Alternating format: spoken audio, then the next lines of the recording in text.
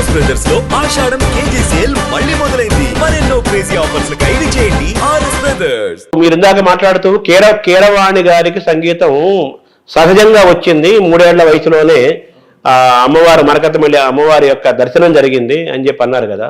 ఒకసారి క్లియర్గా చెప్పండి సార్. అదే భూమి నుంచి ఆకాశానికి 3 తీగలు ఉన్నాయి. ఆ తీగల్ని ఒక దివ్యహస్తం అలా నీటింది. అది వింటూ నాకు సంగీతం వచ్చేసిందని చెప్పాడు అనమాట. తనకు మొత్తం వచ్చేసిందని చెప్పాడు అని చూపించాడు. సరిగొంపదండి వాడిని ఇలా పాడుతూ నేను ఏమంటే అది పాడి రిపీట్ చేస్తున్నాడు. అప్పుడు హార్మోనియం మీద నేర్పి నేను సిస్టమేటిక్గా కూర్చుని కొంత నేర్పి నాకు ఆ తర్వాత టీచర్ని పెట్టి ఇంకా ధారా ప్రవాహమే అంతే. ఏకసంతగ్రాహి. తర్వాత చక్రవర్తి గారి దగ్గర ఎందుకు జాయిన్ చేయాలనిపించింది సార్ కీరవాణి గారిని? ఎందుకు వైలిన్ బ్యాండ్స్ని చూసి అడిగాడు. వైలిన్ బ్యాండ్స్ని చూసి నాకు కావాలి అన్నాడు. నేను ఇవ్వను, నా ప్రాణం.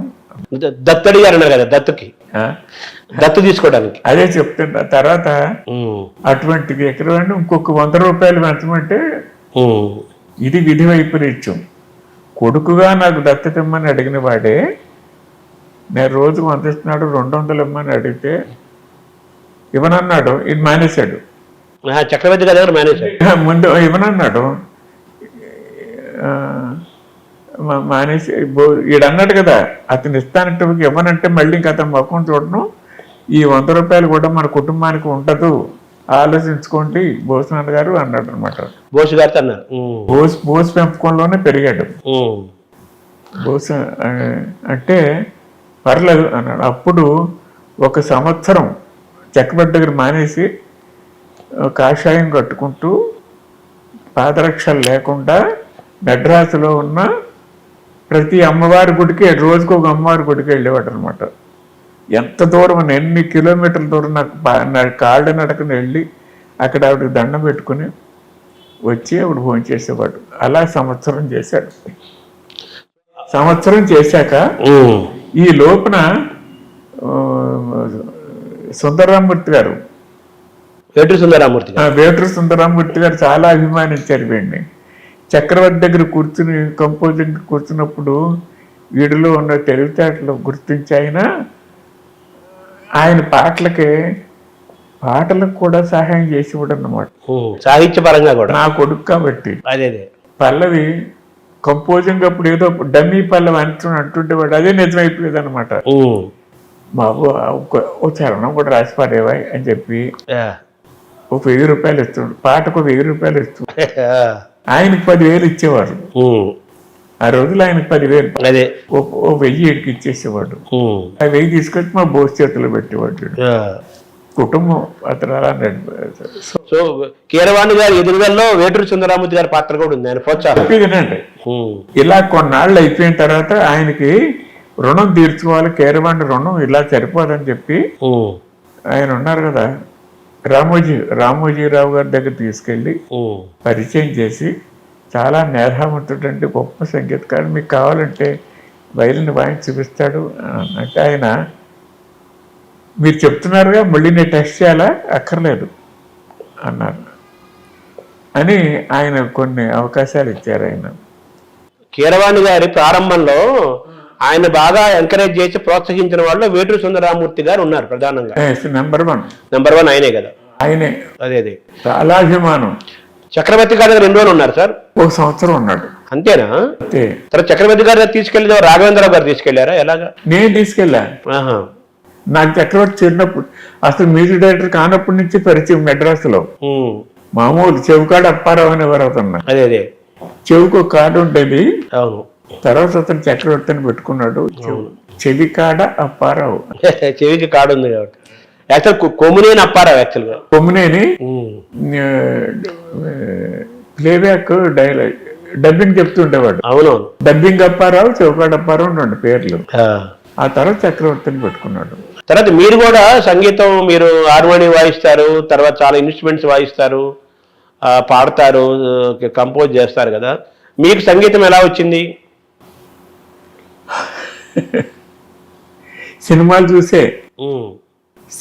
చూసి ఆ పాటలు అలాగే ఇమిటేట్ చేస్తూ పాడుతూ ఉండేవాడిని.